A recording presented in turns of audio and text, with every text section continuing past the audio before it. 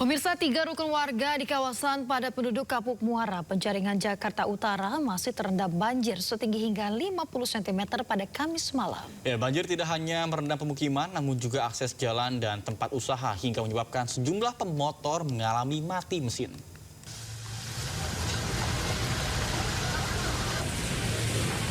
Beginilah kondisi ruas Jalan Kapuk Muara, Penjaringan, Jakarta Utara yang masih terendam banjir dengan ketinggian air mencapai 20 hingga 50 cm pada Kamis malam. Genangan air merendam akses jalan dan tempat usaha, serta menyebabkan sejumlah pengendara motor mengalami mati mesin saat melintasi banjir.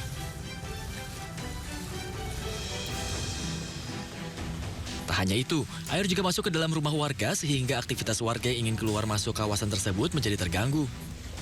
Menurut warga, banjir terjadi sejak pagi hari ini dipicu oleh meluapnya aliran Kali Cagak serta hujan dengan intensitas tinggi. Akibatnya sekitar 3 rukun warga di kawasan Kapuk Muara yang terdampak banjir. Diketahui banjir di kawasan ini telah terjadi 3 kali dalam 2 pekan terakhir. Warga pun berharap pemerintah segera mengambil langkah nyata untuk mengatasi banjir yang terus berulang. Dari Jakarta, Rizky Fahluvi, A-News melaporkan. Pemirsa, hujan deras yang mengguyur wilayah Kota Bogor Kamis siang kemarin menyebabkan tebing penahan tanah atau TPT longsor. Ya, peristiwa ini mengakibatkan 1 orang tewas akibat tertimpa material bangunan longsor. Korban ke timbun nih, minta bantuan. Seorang warga tertimbun longsoran tebing penahan tanah atau TPT setinggi 2 meter di Kampung Jeroku Takaum, Kelurahan Bondongan, Kecamatan Bogor Selatan, Kota Bogor. Petugas BPBD dibantu warga pun berjibaku berusaha mengevakuasi korban dari timbunan longsor.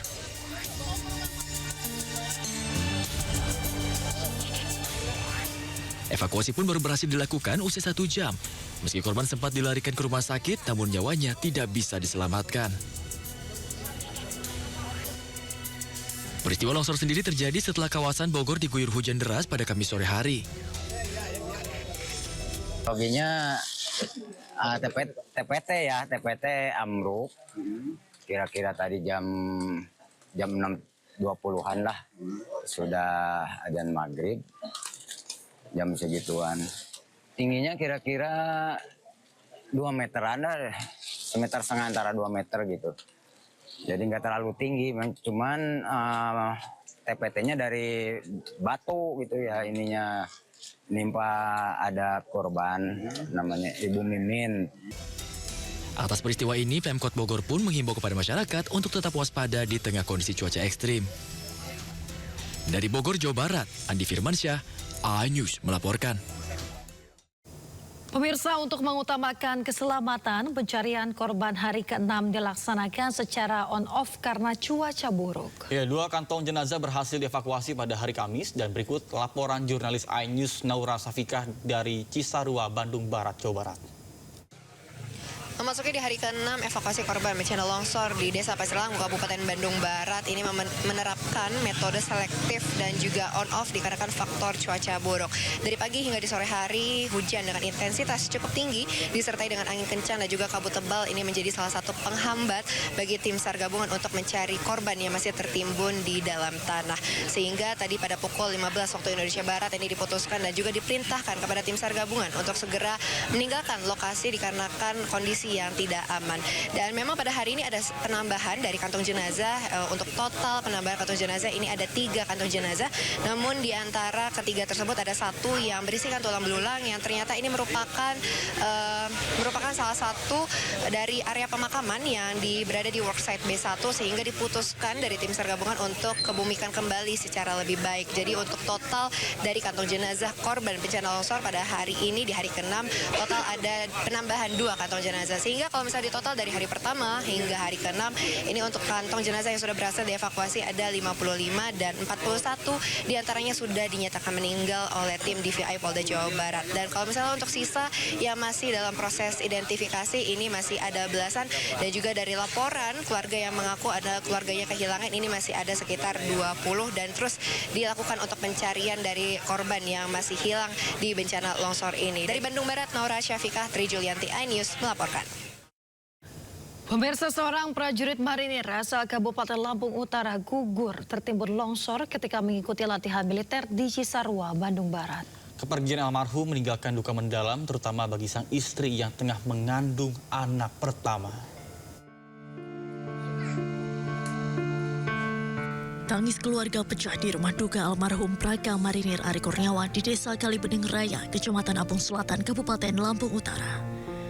Rumah orang tua almarhum Praka Marinir Ari Kurniawan, prajurit Yonif 9 Marinir Beruang Hitam, dipenuhi pelayat dan karangan bunga duka cita.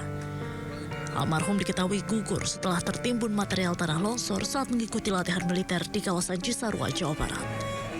Almarhum rencananya dimakamkan dengan upacara militer sebagai bentuk penghormatan terakhir atas pengabdiannya kepada bangsa dan negara. Pihak keluarga mengaku sebelumnya tidak memiliki firasat apapun. Komunikasi terakhir dilakukan beberapa hari sebelumnya saat almarhum sempat mengirim pesan menanyakan kabar kedua orang tuanya. Kadang terakhir hari Kamis pagi latihan ke Batu Caca. Praka Marinir Ari Kurniawan meninggalkan seorang istri yang kini tengah mengandung 7 bulan anak pertamanya. Ia juga meninggalkan kedua orang tua serta 2 saudara kandung.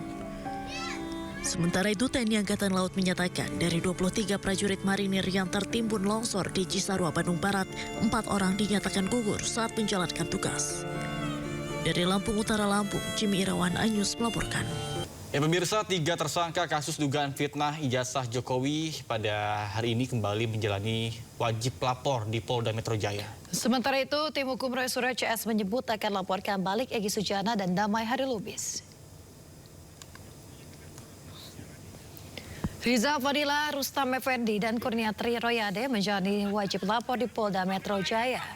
Tim kuasa hukum Roy Suryo Ahmad Kozinudin menyebut meski sebagian pihak telah dibebaskan dari status tersangka, penambahan wajib lapor terhadap klien mereka tetap dijalani sebagai bentuk kepatuhan terhadap proses hukum. Namun di sisi lain, tim hukum Roy Suryo menyayangkan adanya laporan polisi yang dilayangkan oleh Egy Sujana dan Damai Hari Lubis terhadap pakar telematika Roy Suryo dan kuasa hukumnya Ahmad Kozinudin.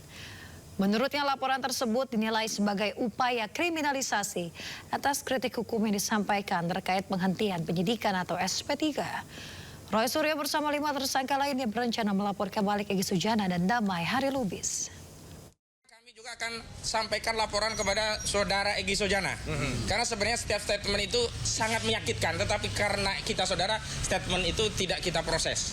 Namun hari ini ketika kami memberikan statement yang intinya kritik dan sangat menyayangkan tindakan keduanya ke Solo, justru kami dipersoalkan. Nah hari ini kami juga akan mempersoalkan kembali, yakni statement yang menuduh kami sok jago. Jadi sekali lagi, kami tidak pernah sok jago. Orang yang menyebut kami sok jago dalam perjuangan itu, ya itu adalah fitnah, sekaligus mencemari perjuangan kami. Ya sikap kami, jadi kita tetap bersama, tidak ada statement pribadi. Ya, ini adalah kebersamaan kita, kebersamaan dari 6 yang masih tersisa sekarang, ya, untuk melawan kebatilan. Jadi insya Allah itu yang ingin saya sampaikan. Jadi sekali lagi yang ingin saya sampaikan, mohon dipegang. Kita tuh mau persoalan ini mau pendek, ya, mau kemudian persoalannya dibikin panjang, tetap kita ikuti, ya, mau pendek mau panjang tetap kita ikuti dan kita akan lawan semuanya.